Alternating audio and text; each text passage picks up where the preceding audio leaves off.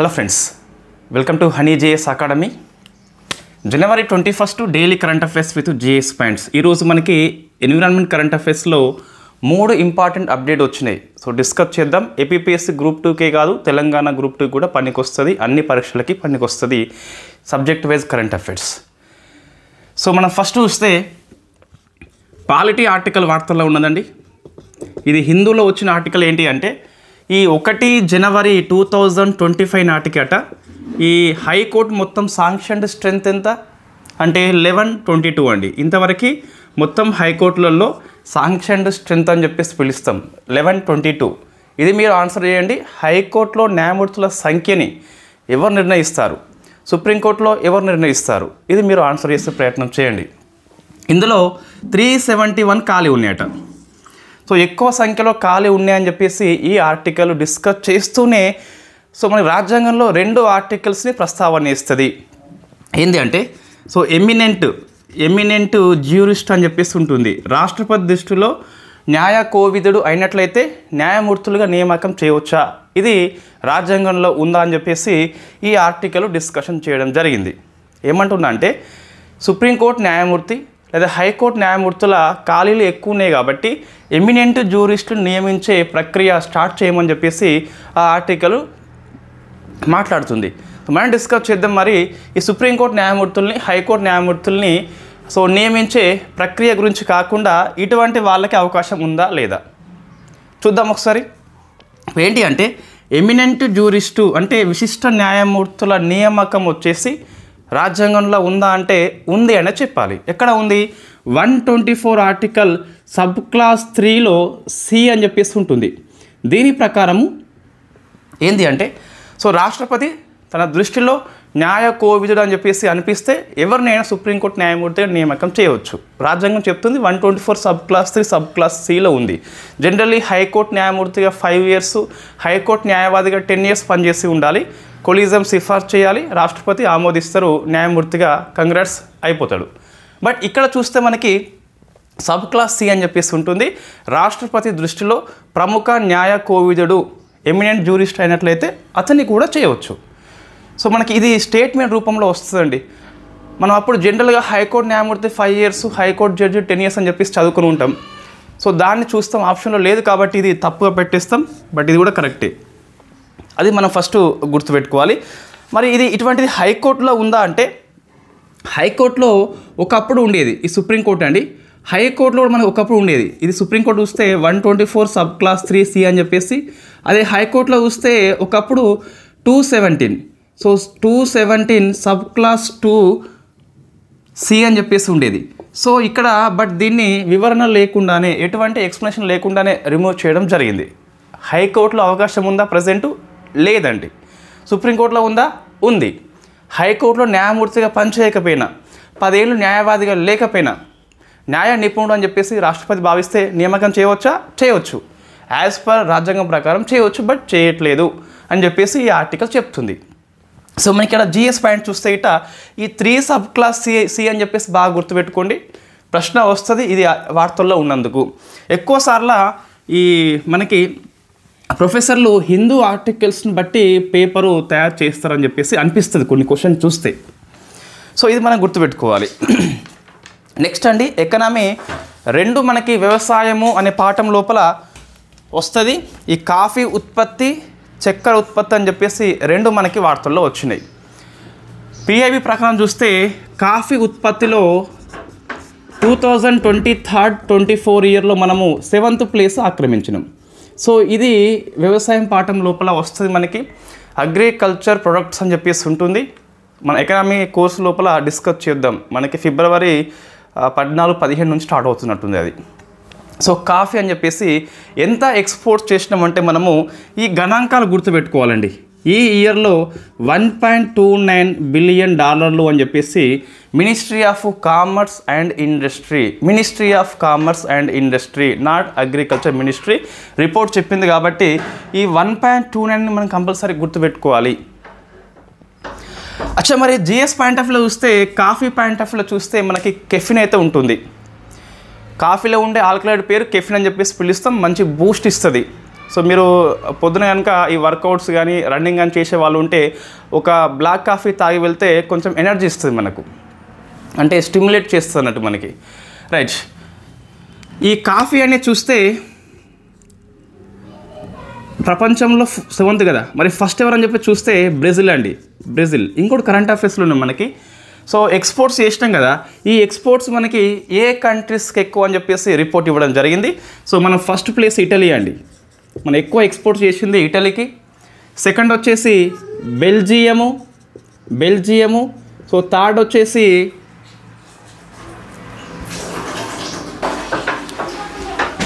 Russia అని చెప్పేసి third place ఉన్నది.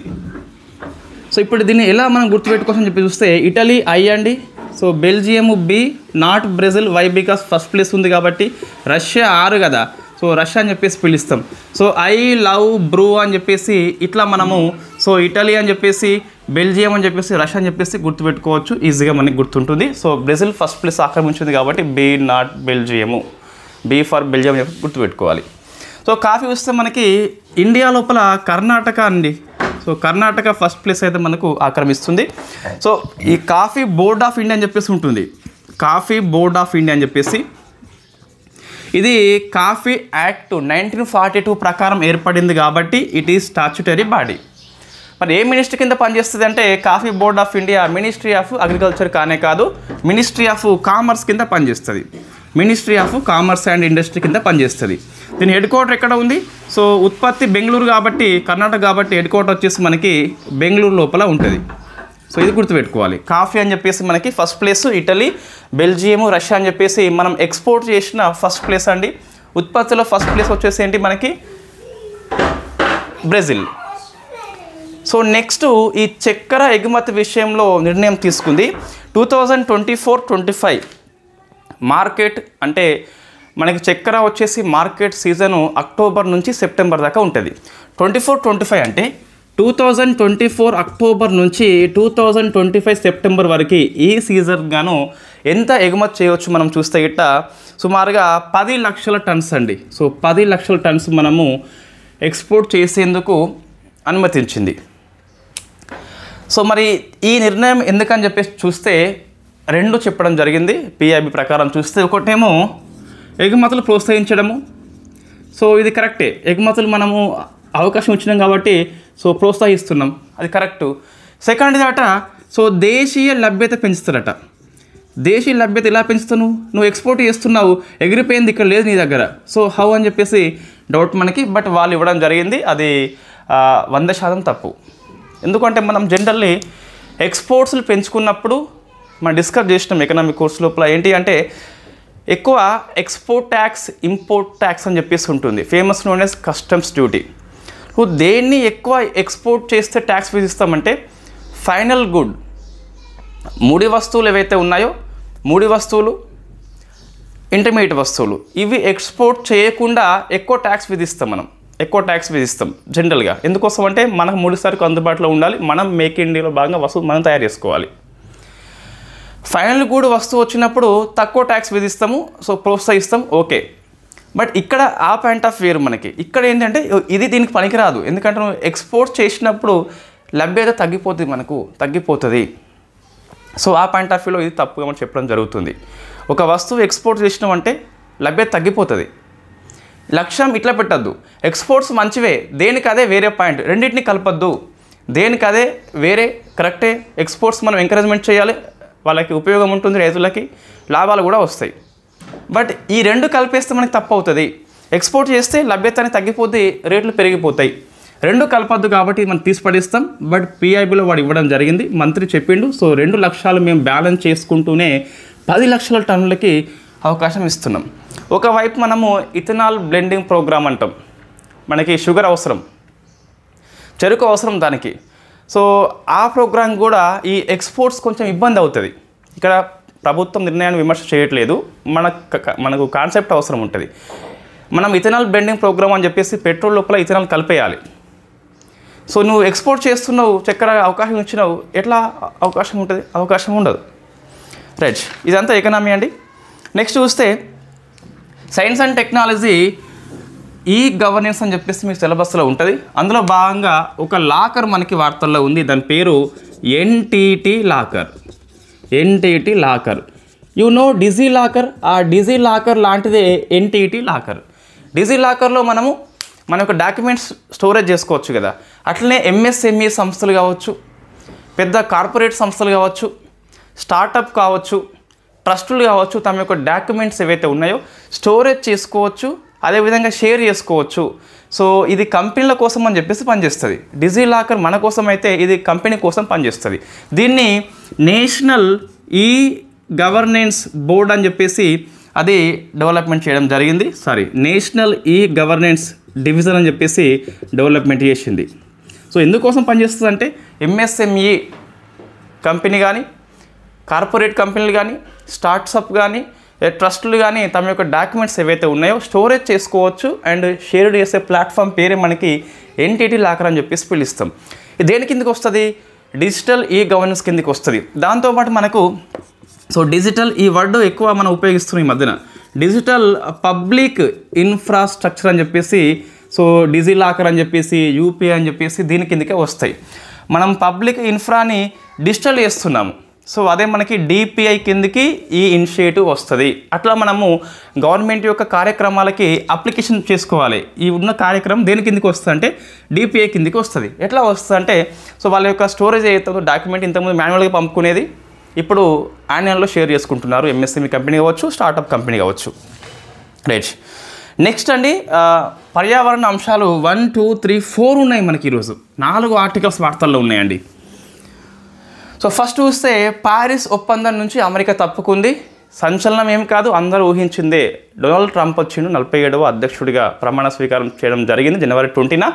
మనకి ఇంకా అమెరికా ఫస్ట్ అని చెప్పేసి ఆయన పాలసీ. అమెరికాకి ఖర్చు అయ్యే, అమెరికా త్యాగం చేసే ఏ ఒప్పందమైనా విత్డ్రా చేసుకుంటాడు ట్రంప్. మనకి రానున్న రోజుల లోపల నెంబర్ ఆఫ్ ఆర్టికల్స్ వస్తాయి. అమెరికా విత్డ్రా ఫ్రమ్ సంథింగ్ ఒప్పందం నుంచి అని చెప్పేసి వస్తుంది. ఇప్పుడు పారిస్ ఒప్పందం నుంచి తప్పుకున్నాడు. What is the Paris agreement మనం డిస్కస్ చేసినాం, మళ్ళీ ఇక్కడ అవసరం లేదు. ప్రీ ఇండస్ట్రియల్ లెవెల్ కంటే టెంపరేచర్ని 2 degreesకి పెంచొద్దు, బట్ ప్రిఫర్ ఎంత అంటే 1.5 అని చెప్పేసి ఒప్పందం చెప్తుంది. కాబట్టి మనకు అది మళ్ళీ ఇక్కడ అవసరం లేదు. సెకండ్ది అండి, చించోలి వన్యప్రాణుల అరణ్యం అని చెప్పేసి వార్తల్లో వచ్చింది. ఇది కర్ణాటక రాష్ట్రంలో ఉంటుంది. కర్ణాటక అని చెప్పేసి గుర్తుపెట్టుకోవాలి. ఎందుకు వార్తల్లో వచ్చింది అంటే ఈ కర్ణాటక ప్రాంతంలో ఉన్న చించోలి వైల్డ్ లైఫ్ శాంక్చురీ అని చెప్పేసి దీన్ని ఎకో సెన్సిటివ్ జోన్గా ఇటీవల గుర్తించింది. అక్కడ ఉన్న గిరిజనులు ఎవరైతే ఉన్నారో వేరే ప్రాంతానికి తరలిస్తున్నారు, అందుకు మనకి వార్తల్లో వచ్చింది. ఎందుకు వార్తల్లో వచ్చింది అనేది ఎగ్జామ్లో అడగరండి, బట్ ఇది ఎక్కడ అని చెప్పేసి లొకేషన్ అడుగుతారు. మనం నేషనల్ పార్క్స్ అని చెప్పేసి అన్నీ గుర్తుపెట్టుకోలేము, వార్తల్లో ఉన్నాయి కొన్నైనా గుర్తుపెట్టుకుంటే ఎగ్జామ్లో ఎక్కువ స్కోర్ చేసే అవకాశం చాలా ఎక్కువ ఉంటుంది. చించోలి అయిపోయింది. సెకండ్ది మనకు కేదార్నాథ్ అని చెప్పేసి వార్తల్లో ఉంది. కేదార్నాథ్ వన్యప్రాణుల అభయారణ్యము, ఇది ఉత్తరాఖండ్ రాష్ట్రంలో ఉంటుంది. అందరికీ తెలుసు రాష్ట్రం పేరు. ఎందుకు వార్తల్లో వచ్చిందంటే ఈ ఉత్తరాఖండ్ రాష్ట్రం అని చెప్పేసి ఈ కేదార్నాథ్ వైల్డ్ లైఫ్ శాంక్చురీ లోపల మైనింగ్కి అనుమతి ఇచ్చిందండి. మైనింగ్కి అనుమతి ఇచ్చింది. దీన్ని national board for wild life ఇది రద్దు చేసింది.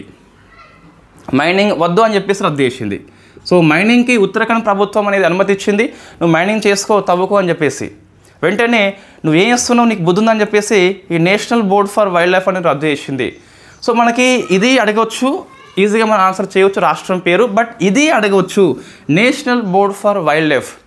గ్రూప్ 2 వాళ్ళకి మనం ఇప్పుడున్న సమయం లోపల ఎంత చేయాలో మనం అంత చేసినామండి. ఎవరిని వదిలేయలేదు. మనం ఈ సైన్స్ అండ్ టెక్నాలజీ విషయంలో చాలా చాప్టర్స్ కవర్ చేసినాం ఈ సిలబస్ లోపల. రైట్. ఇప్పుడు ఏంటి అంటే మనము ఇది మీ ఎగ్జామ్ తర్వాత మళ్ళీ మీకు జాబ్ క్యాలెండర్ గ్రూప్ 2 పోస్టులు ఉన్నట్లయితే అప్పుడు SNT సిలబస్ మొత్తం 70 మార్కులది ఒక కోర్స్ పెట్టేసి చెప్పేద్దాం. మీ సిలబస్లో ఉన్నదండి ఇది పర్యావరణ చట్టాలు అని చెప్పేస్తున్నది, పర్యావరణ సంస్థలు అని చెప్పేస్తున్నది కదా, దాని కిందకి వస్తుంది సిలబస్లో. ఇది ఏంటి, national board for wildlife అని చెప్పేసి ఏ రకమైన సంస్థ చూద్దాం ఒకసారి. దీన్ని వాస్తవంగా మనకి ఇంతకుముందు వేరే పేరు ఉండే, మనకి వైల్డ్ లైఫ్ ప్రొటెక్షన్ యాక్ట్ 1972 ప్రకారము Indian board for wildlife అని చెప్పేసి ఉండే. తర్వాత ఈ చట్టాన్ని మనము 2002లో సవరణ చేసుకున్నాం, అవునా కదా. వైల్డ్ లైఫ్ ప్రొటెక్షన్ యాక్ట్ 72ని సవరణ చేసుకున్నాం. సవరణ చేసుకొని దీని పేరు మార్చుకున్నాం మనము national board for wildlife అని చెప్పేసి 2003లో స్థాపించడం. It is statutory body. Why? Because చట్టం ప్రకారం ఏర్పాటు చేసుకున్నాం కాబట్టి. ఏమంటున్నా, వైల్డ్ లైఫ్ ప్రొటెక్షన్ యాక్ట్ ప్రకారము Indian board for wildlife ఉండే. ఈ చట్ట సవరణ చేసి 2002లో దీన్ని ఏర్పాటు చేసుకున్నాం national board for wildlife అని చెప్పేసి పిలుస్తాం. దీనికి చైర్పర్సన్గా మనకి ఎవరు పనిచేస్తారంటే ప్రైమ్ మినిస్టర్ ఆఫ్ ఇండియా ఎవరు ఉంటే వాళ్ళు పనిచేస్తారు. నెక్స్ట్ వైస్ చైర్పర్సన్ ఎవరంటే ministry of environment, forest, climate change అని చెప్పేసి ఉంటుంది కదా. వాళ్ళు దీనికి పనిచేస్తారు వైస్ చైర్పర్సన్గా. ఇది ఏం పనిచేస్తుంది అంటే ఒకటి ఫస్ట్ గుర్తుపెట్టుకోవాలి, ప్రొటెక్టెడ్ ఏరియా ఉంది కదా, అంటే రక్షిత ప్రాంతం అని చెప్పేసి అది ఏదైనా కావచ్చు. దాన్ని సవరణ చేయాలన్నా, రద్దు చేయాలన్నా, పెంచాలన్నా, తగ్గించాలన్నా national board for wildlife యొక్క ఆమోదం తప్పనిసరి. ఇంకోటి మనకు ప్రాజెక్ట్ టైగర్ అని చెప్పేస్తుంది కదా, టైగర్ రిజర్వ్గా నేషనల్ టైగర్ కన్జర్వేషన్ అథారిటీ యొక్క ఆమోదం మేరకి స్టేట్ గవర్నమెంట్ నోటిఫై చేస్తుంది టైగర్ రిజర్వ్గా. మనం డిస్కస్ చేసిన నెంబర్ ఆఫ్ టైమ్స్. ఇప్పుడు ఏంటి అంటే ఈ టైగర్ రిజర్వ్ని ఎవరు డీనోటిఫై చేస్తారు అంటే ఇది కాదండి, national board for wildlife tiger రిజర్వ్ని డీనోటిఫై చేస్తుంది. National board for wildlife యొక్క సిఫార్సు కానీ ఆమోదం కానీ లేకుంటే రాష్ట్ర ప్రభుత్వము డీనోటిఫై చేయరాదు. ప్రశ్న వస్తుందండి కంపల్సరీ. టైగర్ రిజర్వ్ని ఎవరు నోటిఫై చేస్తారంటే ఎన్టీసీఏ చేయదు, గవర్నమెంట్ ఆఫ్ ఇండియా చేయదు, పర్యావరణ శాఖ చేయదు. ఎవరు చేస్తారు? స్టేట్ గవర్నమెంటే చేస్తుంది. నేను చెప్పాను చాలాసార్లు. బట్ ఎన్టీసీఏ యొక్క ప్రీ అప్రూవల్ అవసరం ఉంటుంది, తుది అప్రూవల్ అవసరం ఉంటుంది. అయినంత మాత్రం స్టేట్ గవర్నమెంట్ నోటిఫై చేయేంత వరకు ఆ టైగర్ రిజర్వ్ అమల్లోకి రాదు. అమల్లోకి వచ్చినాక డీనోటిఫై ఎవరు చేస్తారని చెప్పేసి ప్రశ్న వస్తే ఇది ఆన్సర్ కాదు, only national board for wild లైఫే. భారతదేశంలో పర్యావరణ విషయంలో ఈ చట్టబద్ధ స్థాయిలో ఇది బెస్ట్ ఇన్స్టిట్యూషన్ అండి. రైట్, ఇది మీరు ఆన్సర్ చేయండి. టైగర్ రిజర్వ్లో ఇండియా లోపల చివరిది ఏంటని చెప్పేసి మీరు ఆన్సర్ చేయండి. నెక్స్ట్ ఒక సరస్సు వార్తల్లో ఉన్నదండి, అది నైవాష అని చెప్పేసి పిలుస్తాం. నైవాష సరస్సు వార్తల్లో ఉన్నది. It is a Ramsar site in Kenya. కెన్యాది అవసరం అంటే వస్తుంది అండి. మనకి కరీబా సరస్సు అని చెప్పేసి జింబాబ్వేలో ఉంటుంది. అది మనకి ఎగ్జామ్లో వచ్చింది, ఎందుకంటే అది ఎండిపోయింది కాబట్టి వచ్చింది. ఇట్ ఈస్ ఆల్సో రామ్సర్ సైటే అది. ఇది కూడా మనకి వార్తల్లో ఉన్నది, నైవాష అని చెప్పేసి పిలుస్తాం. ఇటువంటి మనకి హిందూ పేపర్లో మాత్రమే వస్తుంది. ఎందుకు వార్తల్లో వచ్చిందంటే ఇక్కడ ఒక మొక్కనట వాటర్ హైసింత్ అని చెప్పేసి పిలుస్తాం. వాటర్ హైసింత్ అనే మొక్క అనేది ఎక్కువ విపరీతంగా పెరిగిపోతుందట. ఈ సరస్సు కాలుష్యం అయిపోతుందట, రామ్సర్ సైట్ ప్రమాదంలో ఉండిపోయిందట. అందుకు మనకి వార్తల్లో వచ్చింది. ఒక మొక్క అనేది దీన్ని ఇబ్బంది పెడుతుందట, అందుకు ఇది వార్తల్లో వచ్చింది. ఇవన్నీ మనకు వార్తల్లో ఉన్న పర్యావరణ అంశాలండి. మిగతా చూస్తే మౌంట్ ఇబు అని చెప్పేసి ఒక అగ్నిపర్వతం వార్తల్లో ఉంది, జాగ్రఫీ లోపల వస్తుంది. మన కంట్రీ పేరు గుర్తుపెట్టుకోవాలి, ఇండోనేషియా అని చెప్పేసి. నెక్స్ట్ అపాయింట్మెంట్ చూస్తే డొనాల్డ్ ట్రంప్ అమెరికా యొక్క 47th ప్రెసిడెంట్గా వచ్చిండు. There is no need to PhD America president. ఆయన గురించి పెద్దగా మనకు అవసరం లేదు, సరిపోతుంది. అంతకంటే ఎక్కువ ఎగ్జామ్లో ఏం రాదు. 47 నెంబర్ గుర్తుపెట్టుకోవాలి, ప్రశ్న వస్తే రావచ్చు. January 20 అని చెప్పేసి ఆ డేట్ గుర్తుపెట్టుకోవాలి, ప్రశ్న వస్తే రావచ్చు. అంతే తప్పించి ఆయన పుట్టుక, పెళ్ళి ఇవన్నీ రావండి. రైట్, అయితే ట్రంప్ వచ్చినాక నెంబర్ ఆఫ్ అగ్రిమెంట్స్లో అమెరికా విత్డ్రా చేసుకుంటుంది. అది వెరీ కామన్. అవన్నీ మనము ఒక దగ్గర డిస్కస్ చేద్దాం. ట్రంప్ తర్వాత అమెరికా ఏ ఒప్పందం నుంచి విత్డ్రా అని చెప్పేసి. రైట్, ఇది కరెంట్ అఫైర్స్ మనకి. ఇప్పుడు కరెంట్ అఫైర్స్ మనకు ఈ రోజు కూడా ఆఫర్ ఉన్నదండి. 249 వచ్చేసి అది ఒక కోడ్ పెట్టిన మనం, కూపన్ కోడ్ అని చెప్పేసి. ఆ క్లాస్ ప్లస్ వాళ్ళే అది ఇచ్చిన ఆఫరు మీకు స్పెషల్గా 100 మందికి ఎవరైతే తీసుకుంటారో ఫస్ట్ వాళ్ళకి 100 రూపాయలు తగ్గింపు ఉంటుంది. 249 రూపీస్ కదా. ఆ కూపన్ కోడ్ మనకి current affairs coupon code India అని చెప్పేసి ఉన్నది. ఇది ప్రమోషన్ కాదండి, ఇది చెప్తేనే తెలుస్తుంది. ఇది మనం కంటెంట్ని నెగ్లిజెన్స్ చేయట్లేదు, అది ఫస్ట్ మైండ్లో పెట్టుకోవాలి. మనం పెట్టిందే యాప్ కొత్త కాబట్టి చెప్తేనే తెలుస్తుందండి, కాబట్టి చెప్పాల్సిందే. ఇందులో ఎటువంటి తప్పు లేదు. ఇది ఉంది కదా, వీళ్ళు క్లాస్ ప్లస్ వాళ్ళు ఫస్ట్ 100 మందికట -100 రూపాయలు చొప్పున ఆఫర్ ఇస్తున్నారు. 149 రూపీస్కి వస్తుంది. ఎకనామిక్ కోర్సు 699 అని చెప్పేసి నిన్న పెట్టిన ఆఫర్ నిన్ననే మనకు ముగిసేది. ఈ పండుగలకు మనం ఆఫర్ పొడిగించాం, కానీ క్లాస్ ప్లస్ వాళ్ళే మనకు చెప్పడం జరిగింది ఫోన్ చేసి. ఇది ఆఫర్ కంటిన్యూ చేయండి, మేము 100 రూపాయలు ఒక 100 మందికి తగ్గిస్తామని చెప్పేసి వాళ్ళు యాప్ డౌన్లోడ్స్ పెరుగుతాయి కావచ్చు. సో 599కే వస్తుంది ఎకనామిక్ కోర్సు. ఇక్కడ ఎకనామిక్ కోర్సు నేను స్పెషల్గా ఎందుకు మెన్షన్ చేస్తున్నా అంటే మీకు చాలా తక్కువ ప్రైస్ లోపలనే ఎస్ పూర్ ఫ్యామిలీస్ ఉన్నారు. I'm also from poor family, అందరికీ తెలుసు అది. బట్ ఇక్కడ చూస్తే ఇది కొంతమందికి ఎక్కువ అనిపించవచ్చు. బట్ నేను చెప్పే ఎఫర్ట్స్ ఏదైతే ఉందో, సో పీడిఎఫ్ నోట్స్ అండి, క్లాస్ రూమ్ వీడియో లెక్చర్, టెస్టులు, ఆ టెస్టులు మళ్ళీ మీరు టెస్ట్ సిరీస్లో తీసుకున్న దానికంటే మీరు దాదాపు ఒక 5,000 పెట్టి ఓన్లీ ఎగ్జామ్స్కి పెట్టి ఉంటారు, 5,000 10,000. సో నేను ఇక్కడ 5,000 సిరీస్ ఏదైతే ఉందో టెస్ట్ సిరీస్ మొత్తం ఫ్రీగా ఇస్తున్నట్టే, కంప్లీట్గా యూనిట్ వారీగా, వీక్లీ వారీగా, మళ్ళీ 15 రోజులకు గ్రాండ్ టెస్ట్ వారీగా అన్నీ మనం ఇస్తున్నాము ఈ తక్కువ ప్రైస్లోనే. మళ్ళీ పీడిఎఫ్ నోట్స్ క్లాస్ కంటే ముందు అట్లా ఎవరు షేర్ చేసుకోరు. ఎందుకోసం అంటే ఇప్పుడే షేర్ చేస్తే అది పబ్లిక్ వెళ్ళిపోతుంది అని చెప్పేసి సో షేర్ చేసుకోరు. నేను కంప్లీట్గా షేర్ చేస్తున్నా, ఏది మనకు దాయట్లేదు. మళ్ళీ మీరు కంటెంట్ ఏమైనా తక్కువ ఉందా, తక్కువ ప్రైస్ అంటే ఒకసారి మీరు ఇన్ని రోజులు చూస్తున్నారు, కంటెంట్ విషయంలో మనకు కాంప్రమైజ్ ఎక్కడ ఉండదు. ఇంకా 2-3 పాయింట్స్ ఎక్కువనే వస్తే తప్పించే తక్కువ రావు. అట్లా అని చెప్పేసి మొత్తం డంపింగ్ చేస్తున్నామా, డంపింగ్ చేయడం ఉండదు. కాన్సెప్ట్ నేర్పడం ఉంటుంది, గణాంకాలు ఎంతవరకు అవసరమో అంతవరకు మనం తీసుకుంటాము. సో ఈ ఒక్కరోజే ఉంటుందండి, అది క్లాస్ ప్లస్ వాళ్ళ రిక్వెస్ట్ మేరకు మాత్రమే ఈరోజు ఆఫర్ ఉంచడం జరిగింది. సో మళ్ళీ మనకి ఇంకా ఎకనామీ మీద ఆఫర్ అంటూ ఉండదు, 999కి అందుబాటులో ఉంటుంది ఎప్పటికి కూడా. తర్వాత మన యొక్క ఎఫర్ట్స్ బట్టి ఇంకేమన్నా పెంచితే పెంచుకోవచ్చు, ఎప్పటికైనా అందుబాటులో ఉండే ప్రైసే ఉంటుంది మిగతా వాళ్ళతో కంపేర్ చేస్తే. మనం అందరిలాగా ప్రమోషన్ చేస్తున్నాం అని చెప్పేసి ఎవరో మన కామెంట్ చేసినట్లు. ప్రమోషన్ అనేది ఇక్కడ కొత్త యాప్ అండి, ఈరోజు ఆఫర్ ఉంది, మనం చెప్పుకోకుండా ఎట్లా తెలుస్తుంది ఆఫర్ గురించి, రైట్?